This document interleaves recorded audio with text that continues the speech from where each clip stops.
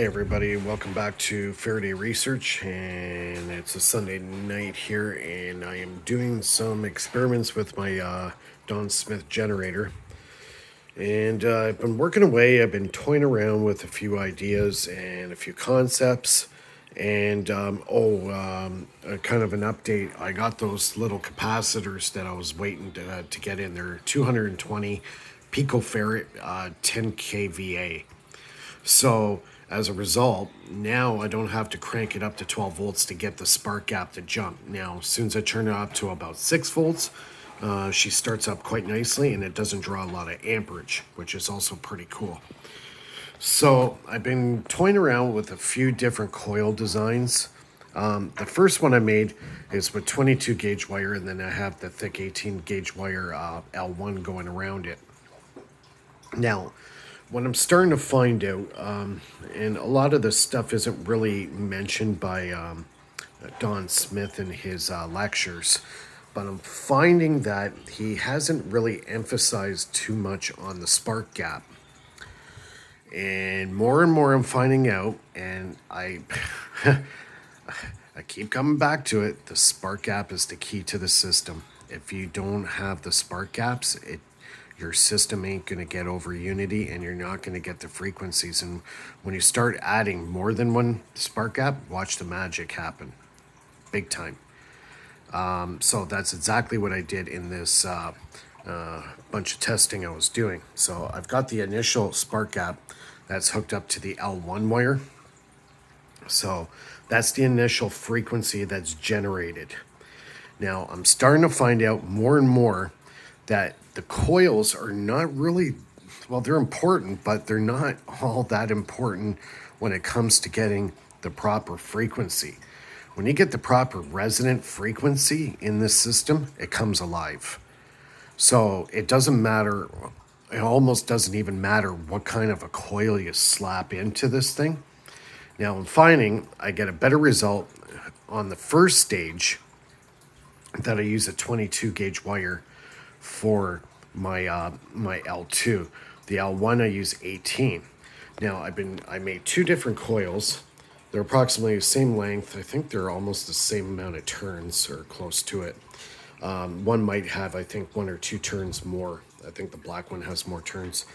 But this is 18 gauge wire. Both of them are 18 gauge. One is spun clockwise and one's spun counterclockwise, like Don Smith said. That's where one side you get the volts and the other side you get the amps. But I'm also finding out if you don't have the second spark gap in this circuit, you're not going to get the current that you thought you were going to get. And I did both tests, with one with the second spark gap and one with just a one spark gap, and there was significant change in the amount of field that was created, and also the amount of amperage that I was generating. And I'll do a quick little demonstration. I was getting arcs that were maybe 2-3 millimeters long. Now I'm getting them 3-4 times longer. Now here's the kicker. I'm going to do the test. I'm going to put 6 volts into it. It's going to probably be about 300 milliamps. And I'm hovering about 6,000 volts going through the spark gaps.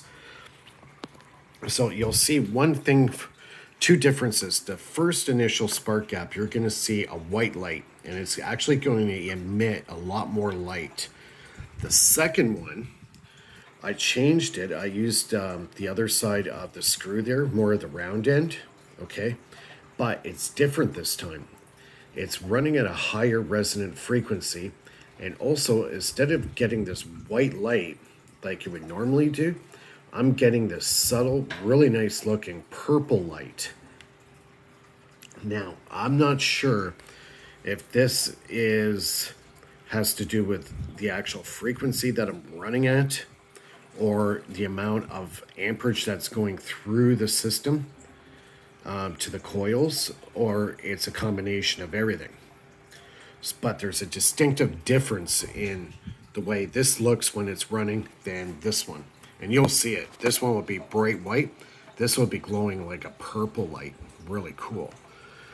So I did two tests. I did one with just this setup here. No, these coils I didn't have attached. I actually hooked up the L2 wire that's coming off the second spark gap that was coming around, and I was actually hooking up to the spring here and using the spring as actually a repeater. So it's resonating and it's creating a field. So I was able to bring the bulb within, pretty far proximity to it, and it was still lighting up. Now, the other thing too is that what Don Smith was saying, the ground wire is very important, and yes, it is. So whenever I hook up my light, I always have the ground wire hooked up to the main ground, right with the actual spark generator itself. So I can't really talk during because it does a lot of interference with the audio. I'm starting to find out that now when I'm doing a review of my own videos, and so I figure I'm just not going to talk. I'm just going to kind of show you what I mean, and then after I shut it off, then I can start talking again because it creates a lot of interference with the audio on my camera here. So to watch out the white spark and then the purple spark. You'll see the difference between the two and the way they're reacting. And then I'm going to do, let's see, I'll do the test without these coils because personally, I think the coils to me are almost becoming not irrelevant, but they're almost becoming to a point where you should really be focusing on the frequency that's being generated with the spark gap.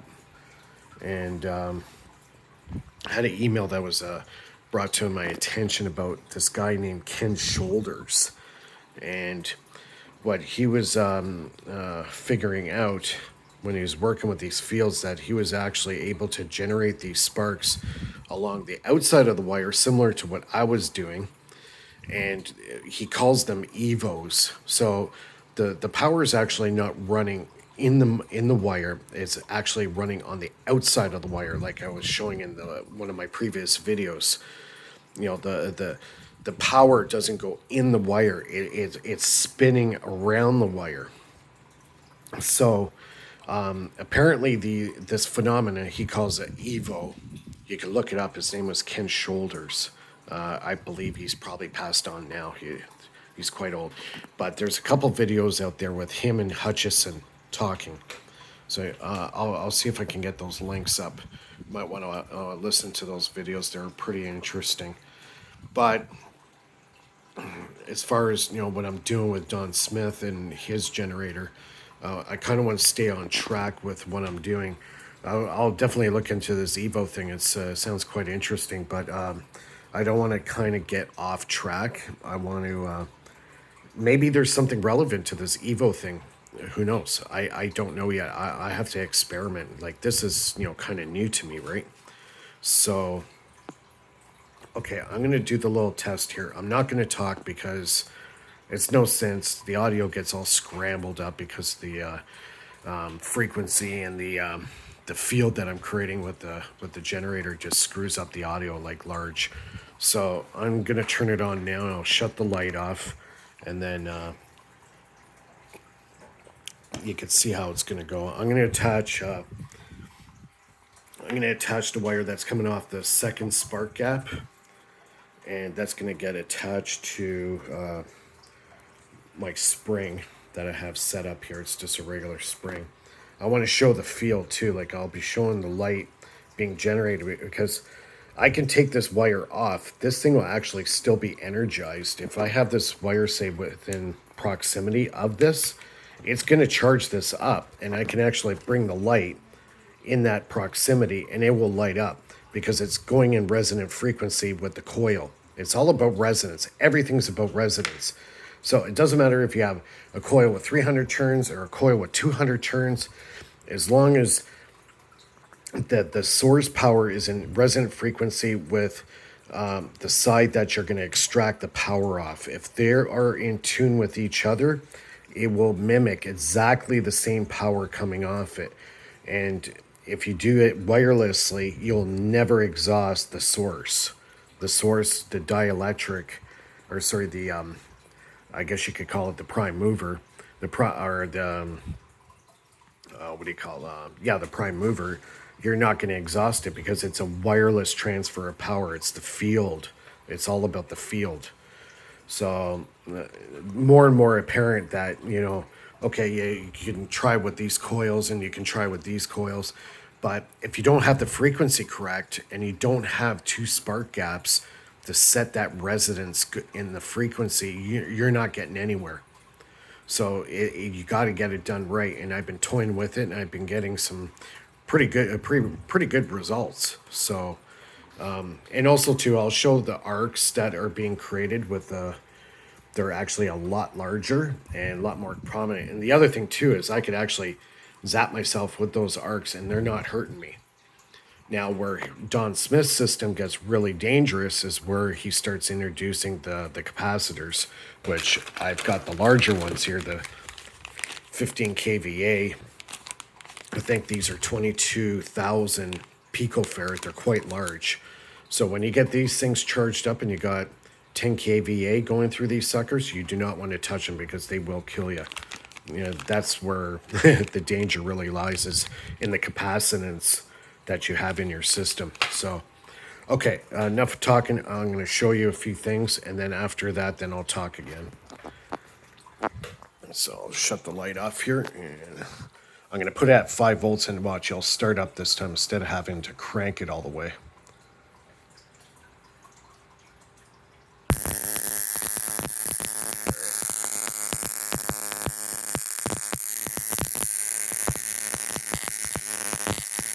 That's the second one. Look at the difference. I'm going to turn it up to 6 volts. 6, yeah, let's go 7. Okay, so nothing's attached to it. I'm basically getting the field off of here. You can see, I'll zoom in.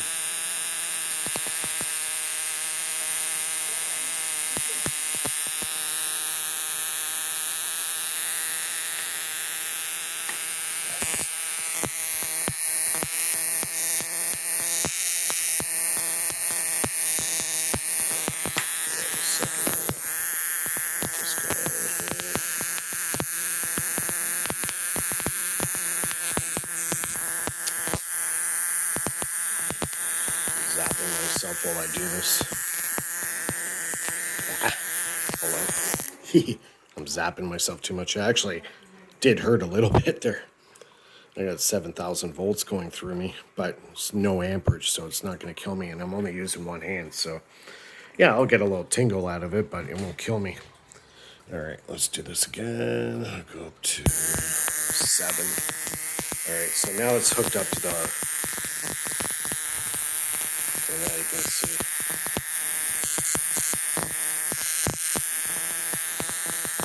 All right. I'm going to disconnect the ground. I'm taking the ground off. Without the ground, it's a little dimmer. If I put the ground back on it, she gets a lot brighter. So let's do that. Okay. See, with the ground, when you complete the connection with the ground, got a lot more power. A lot more power.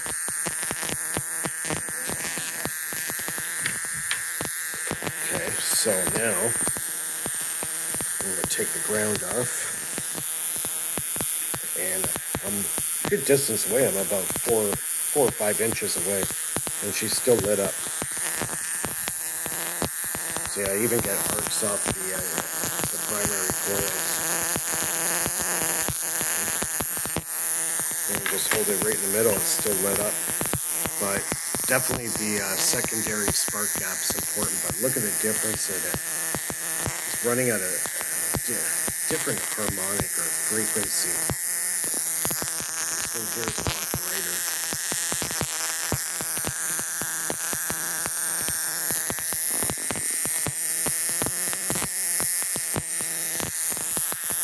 Alright, I'm going to shut it off here.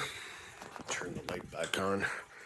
So you can kind of see what I'm talking about. This one's like a purple light. I think it's resonating at a higher frequency by the looks of it. I need to get a scope that I can test this on, but I'm worried about using a scope and frying it because there's such a high voltage going through it. So anyways, yeah, I'm just kind of getting the circuit down, but yeah, definitely these 10 kVA 220 picofarad definitely help in the initial input of the system.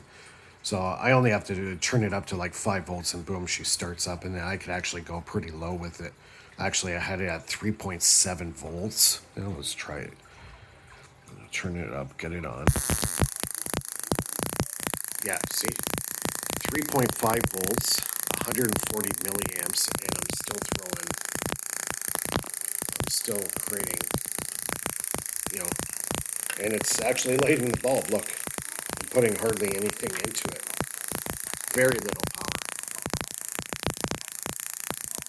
See, throwing a pretty good spark there. And even this one too. Yeah. So anyways, yeah, that's kind of what I've been working on. I'm trying to get the circuit figured out and, basically, what kind of coils I'm going to be doing. Like there's just so many different combinations you can do. But I think the holy grail of this whole project is the spark gap. I hate to say it, but it is. If you don't have the two spark gaps, one for the primary coil, and then you have the secondary, off the L2 winding, that goes into the spark gap and then comes out, and that is your positive. That would go into another coil if you're going to wrap a wire and feed power off that. And then the secondary, there's two, the small wire, so the other one's going to go to ground.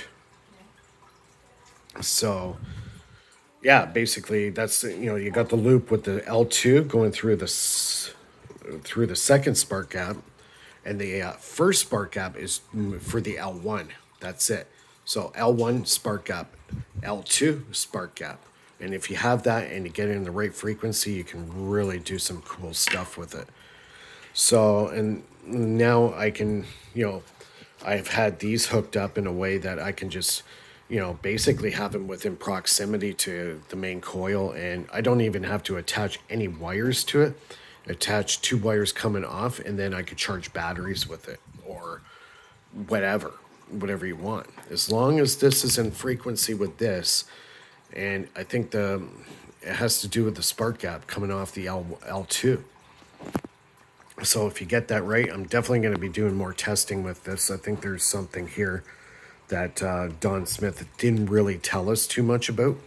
You have to really dig deep. He might have, but you got to dig deep to find it.